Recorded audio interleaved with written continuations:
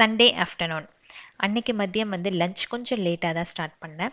இஞ்சி பூண்டு விழுது சுத்தமாக இல்லை. ஸோ அதுக்கு வந்து இஞ்சி பூண்டு பச்சை மிளகா கொஞ்சம் மஞ்சத்தூள் உப்பு கொஞ்சமாக வந்து குக்கிங் ஆயில் இது போட்டு நல்லா அரைச்சி எடுத்து வச்சிட்டோம் அப்படின்னா ஒரு 1 வீக்குக்கு வந்து நல்லா ஃப்ரெஷ்ஷாக இருக்கும்.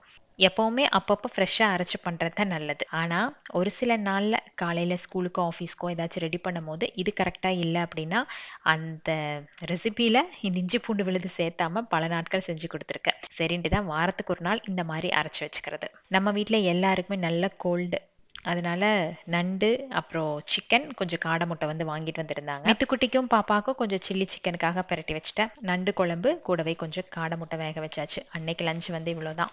பெரியவங்களுக்கு மட்டும் இல்லை, குழந்தைகளுக்குமே பார்த்தீங்கன்னா சண்டே வந்தால் நான்வெஜ் சாப்பிடணும் அப்படிங்கிறது தெரியுது. காலையில் எழுந்திரிச்சுடனே மித்துக்குட்டி கேட்டது எனக்கு சில்லி சிக்கன் வேணும் அப்படின்ட்டு தான். நம்ம வீட்டில் எப்படி அப்படின்ட்டு நம்மளோட கமெண்ட் செக்ஷனில் ஷேர் பண்ணுங்க.